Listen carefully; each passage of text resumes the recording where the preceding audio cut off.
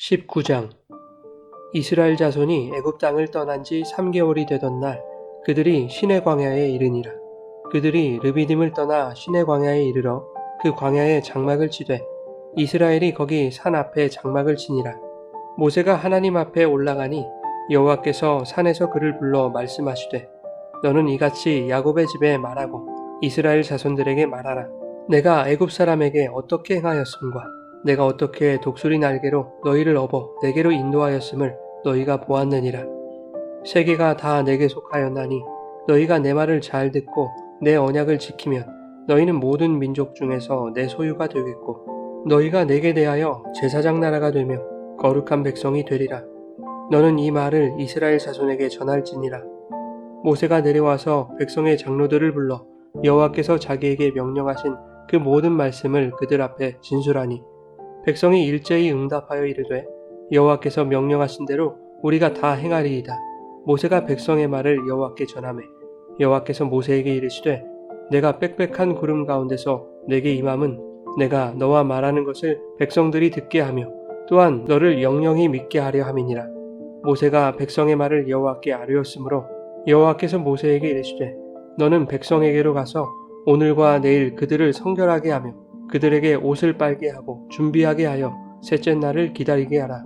이는 셋째 날에 나 여호와가 온 백성의 목전에서 시내산에 강림할 것임이니 너는 백성을 위하여 주위의 경계를 정하고 이르기를 너희는 삼가 산에 오르거나 그 경계를 침범하지 말지니 산을 침범하는 자는 반드시 죽임을 당할 것이라. 그런 자에게는 손을 대지 말고 돌로 쳐 죽이거나 화살로 쏘아 죽여야 하리니 짐승이나 사람을 막론하고 살아남지 못하리라 하고 나팔을 길게 불거든 산 앞에 이를 것이니라 하라. 모세가 산에서 내려와 백성에게 이르러 백성을 성결하게 하니 그들이 자기 옷을 빨더라. 모세가 백성에게 이르되 준비하여 셋째 날을 기다리고 여인을 가까이 하지 말라 하니라. 셋째 날 아침에 우레와 번개와 빽빽한 구름이 산 위에 있고 나팔 소리가 매우 크게 들리니 진중에 있는 모든 백성이 다 떨더라. 모세가 하나님을 맞으려고 백성을 거느리고 진에서 나오매 그들이 산 기슭에 서 있는데 시내산에 연기가 자욱하니 여호와께서 불 가운데서 거기 강림하심이라. 그 연기가 옹기가마 연기같이 떠오르고 온 산이 크게 진동하며 나팔 소리가 점점 커질 때에 모세가 말한즉 하나님이 음성으로 대답하시더라. 여호와께서 시내산 곧 그 산 꼭대기에 강림하시고 모세를 그리로 부르시니 모세가 올라가매 여호와께서 모세에게 이르시되 내려가서 백성을 경고하라. 백성이 밀고 들어와 나 여호와에게로 와서 보려고 하다가 많이 죽을까 하노라. 또 여호와에게 가까이 하는 제사장들에게 그 몸을 성결히 하게 하라. 나 여호와가 그들을 칠까 하노라. 모세가 여호와께 아뢰되 주께서 우리에게 명령하여 이르시기를 산 주위에 경계를 세워 산을 거룩하게 하라 하셨사온즉 백성이 시내산에 오르지 못하리이다. 여호와께서 그에게 이르시되 가라. 너는 내려가서 아론과 함께 올라오고 제사장과 백성에게는 경계를 넘어 나 여호와에게로 올라오지 못하게 하라. 내가 그들을 칠까 하노라. 모세가 백성에게 내려가서 그들에게 알리니라.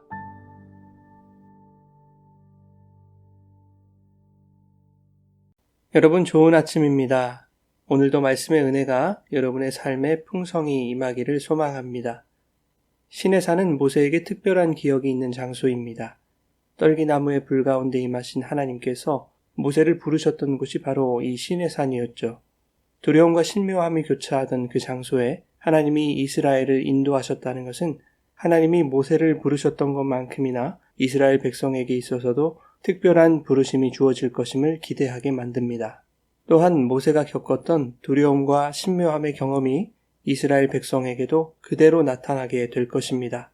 출애굽기 19장은 신학적으로 출애굽기의 중심축을 이루는 말씀이면서 성경 전체를 일관되게 관통하는 하나의 맥이 흐르고 있는 본문입니다. 이것이 본문 4절부터 6절까지 기록된 말씀입니다. 이것을 소위 시내산 언약이라고 말하는데 오늘 본문은 시내산 언약의 법적 선포식입니다. 선포식 이후에 20장부터 23장까지 10계명으로 시작하여 다양한 법들이 주어지죠. 그리고 24장 1절부터 7절에서는 시내산 언약의 실제적인 체결식이 이루어지는 것입니다. 하나님은 4절에서 자신이 이스라엘을 애굽에서부터 어떻게 인도하셨는지를 말씀하십니다. 독수리 날개로 너희를 업어 인도했다고 말씀하시죠. 그 하나님이 이스라엘을 모든 민족 중에서 하나님의 소유가 되게 할 것이고 제사장 나라가 되며 거룩한 백성이 되게 하시겠다고 말씀하신 것이 5절과 6절의 내용입니다. 이것이 바로 이스라엘을 향한 하나님의 특별한 부르심이죠. 제사장의 직무적 특징은 백성에게 하나님의 은혜와 율법을 중재하는 지위를 갖는다는 것입니다. 하나님이 이스라엘을 제사장 나라로 부르신다는 것은 하나님과 제사장 사이에 다리를 놓는 자들로 부르신다는 뜻이 될 것입니다. 그러니 하나님의 말씀과 생명을 세상에 중재하라는 부르심인 것이죠. 이것이 바로 오늘날 영적 이스라엘인 교회를 향한 부르심인 것입니다. 그렇게 제사장 나라로 부름받은 자들은 세상과는 구별된 자들, 즉 거룩한 백성으로 부름받은 것이죠. 즉 제사장 나라가 되는 것만큼이나 거룩한 백성으로 부름받은 자들, 그들이 바로 하나님의 소유가 되는 것이라고 말씀하는 것입니다. 그런데 조건이 붙어 있습니다.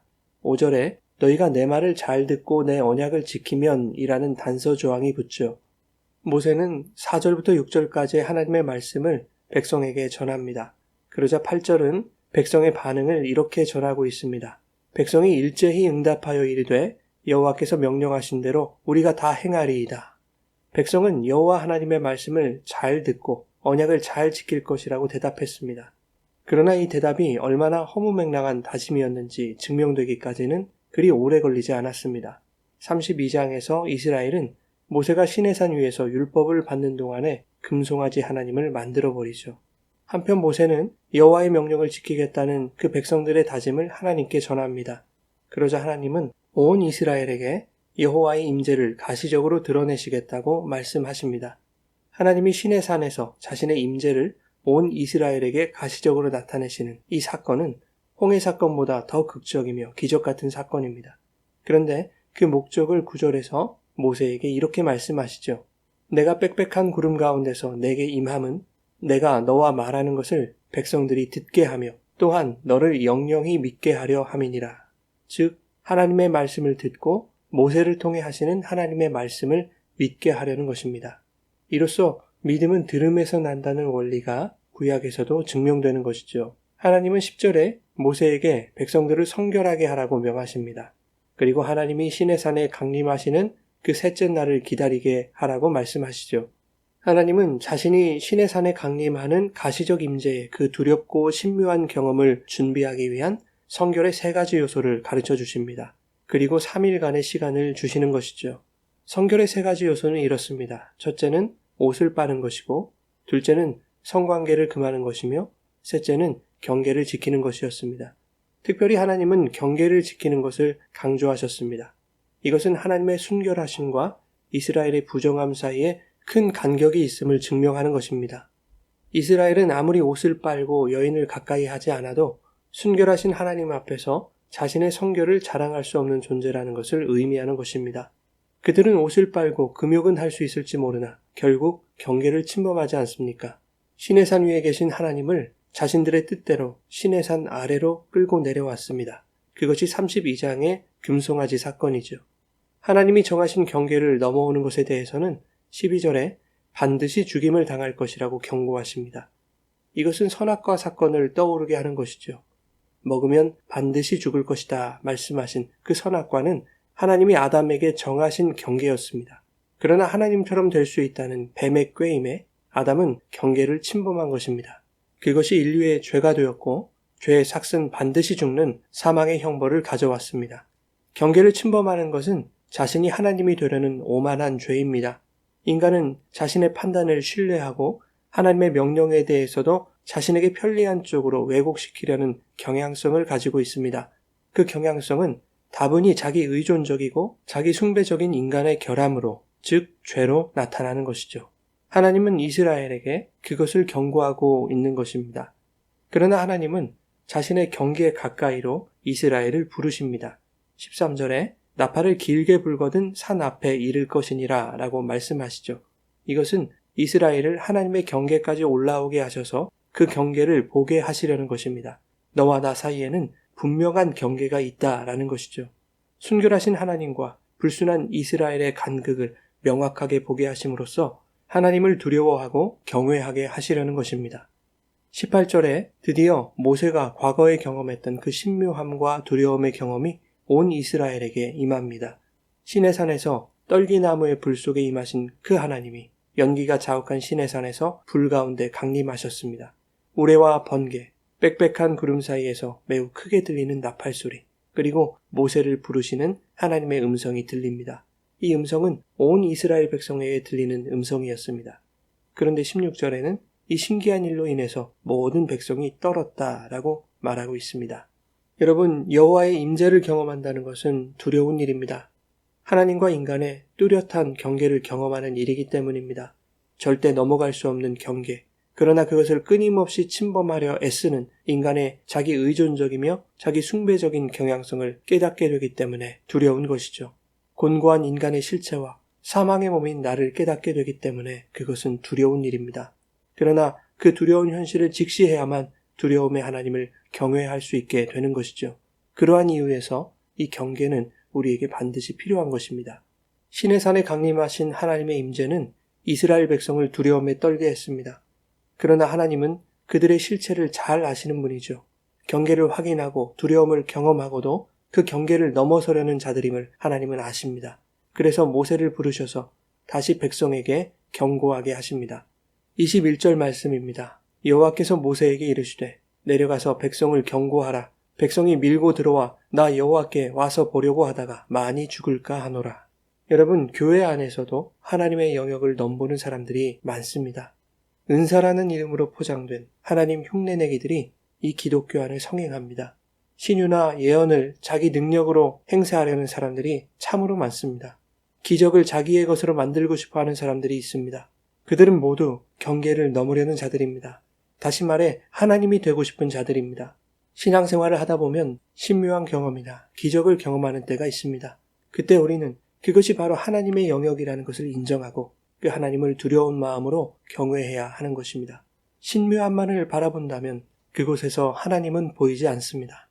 어느새 경계는 모호해지고 급기야 신묘한 내가 되기를 바라며 열심히 종교생활을 하게 되는 것입니다. 사랑하는 여러분, 하나님은 셋째 날, 즉 여호와의 강림을 기다리며 자신을 성결하게 하라고 말씀하셨습니다. 성도는 마지막에 있을 그 셋째 날을 기다리는 삶을 살아야 합니다. 그러므로 주님이 다시 오실 그날을 기다리며 예수 그리스도의 보혈로 정욕의 옷을 빨고 성령과 연합함으로 세상이라는 여인과 간음하지 않으며 하나님의 신적 권위 앞에서 두 손을 들고 그분을 경외함으로 살아가야 하는 것입니다. 하늘에서 나팔 소리가 울리는 그 날에 우리의 이름이 불려지기를 소망하며 오늘도 특별한 부르심에 합당한 삶을 살아가시는 제사장 나라 거룩한 백성 하나님의 소유들이 되시기를 예수님의 이름으로 축원합니다.